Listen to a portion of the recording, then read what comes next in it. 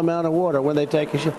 That's why rich people from Beverly Hills, generally speaking, don't smell so good, you know. Months ago in California, it sounded like a joke about water restrictions. But regarding rich people not smelling so good, it's now possible Trump was projecting.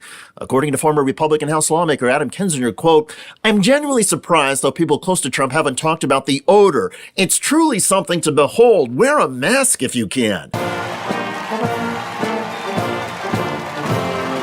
For years, Trump has reportedly suffered from incontinence. In 2018, during a bipartisan meeting on gun violence, the microphones picked up the sound of Trump farting. So today Did you hear that? Here it is again, and watch Senator Feinstein's reaction.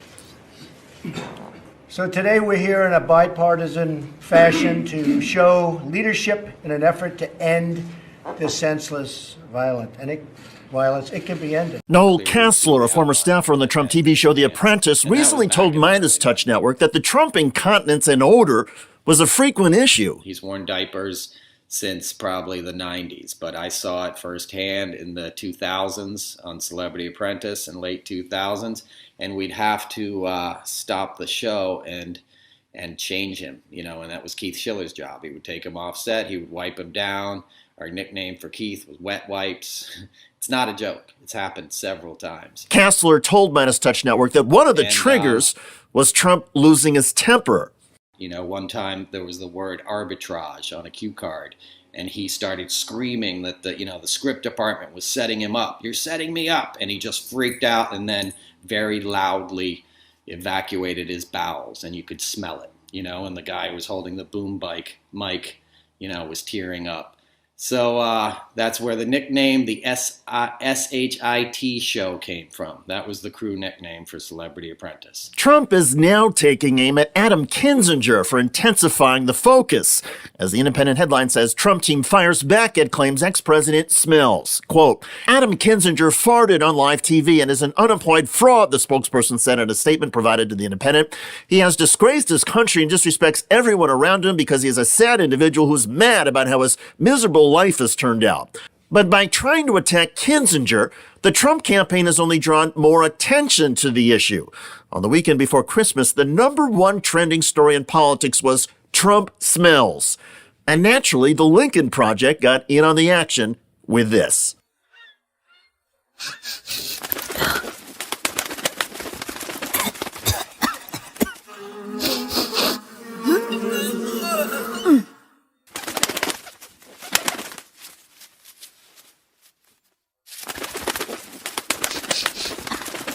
Claiming the former president smells bad. The dog has a distinct smell.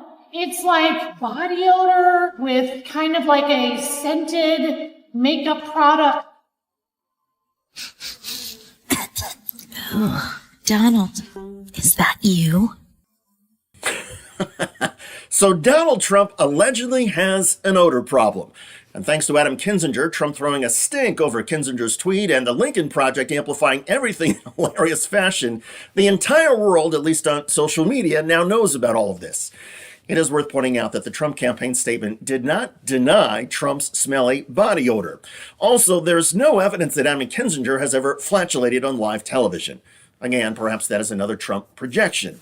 Anyway, to be clear, incontinence or any other condition is not something any of us should laugh at. But Donald Trump has ridiculed countless people for their afflictions, so there is some poetic justice here. More on that in a moment.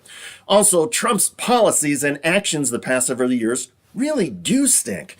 Remember, Donald Trump separated families at the U.S.-Mexico border. Donald Trump pardoned war criminals. Donald Trump gutted environmental protections. Trump has repeatedly lied about the 2020 election results. Donald Trump encouraged his supporters to get arrested and become imprisoned for the election lies. Trump has called white supremacists very fine people. And lately, Trump has been smearing Latino immigrants and using the rhetoric of Adolf Hitler. They're poisoning the blood of our country. That's what they've done. They poison mental institutions and prisons all over the world, not just in South America, not just the 3 or 4 countries that we think about. Honor of our great veterans on Veterans Day, we pledge to you that we will root out the communists, Marxists, fascists, and the radical left thugs that live like vermin within the confines of our country. You are promising America tonight you would never abuse power as retribution against anybody. Except for day one. Now, never mind the political diarrhea, Trump's personal behavior is also crap. Remember when Trump bragged about grabbing women by the... Trump allegedly uses derogatory terms for women all the time. More than 20 women have accused Trump of sexual assault. And a few years ago, Trump objectified a woman golfing right in front of him on camera.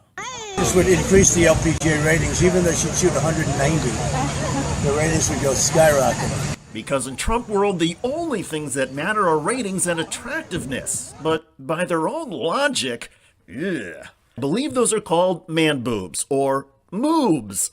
Ew. Amidst Trump's own appearance and allegedly disgusting smells, Trump still lobs personal insults and slurs at other people based on their physical appearances and challenges. Most recently, Trump has targeted 2024 Republican presidential rival Chris Christie. Please, sir, do not call him a fat pig. We cannot call. Says, what about Christie? He's a fat pig. You can't call. No, look. Please do not call Chris Christie a fat pig. Okay? It's not appropriate. Because you're not allowed to use the word fat. Use the word pig, but you can't use the word. What a child he is. He's a baby. Whenever you want to criticize him, in any way, that's the way he responds. And you and I are both lucky enough to be parents. And if we had a child who conducted themselves like that, we'd send them to their room, not to the White House. During Donald Trump's first campaign for the White House, Trump smeared the physical appearance of a New York Times reporter. Serge Kovaleski, there on the left, had written a story Trump did not like. As you can see, the reporter suffers from a chronic condition that impairs movement of his arms. Trump ridiculed the man at a campaign rally in South Carolina. And now the poor guy, you got to see this guy. Oh, I don't know what I said. I don't remember. He's going like, I don't remember. Maybe that's what I said. This was 14 years ago. They didn't do a retraction. My point in all of this is that Donald Trump has long been personally and politically disgusting and gross. Trump has coarsened our national dialogue by turning it into a cesspool of taunts, name-calling, and horrific personal attacks. One could say Trump has literally gone below the level of a sewer. But as a few folks formerly close to Trump would point out, that's likely unfair to most sewers because Trump's odor, allegedly, often smells worse. By the way, Donald Trump's lashing out at allegations over his BO follows Trump going nuts a few weeks ago over a Lincoln Project ad ridiculing Trump's apparent cognitive decline.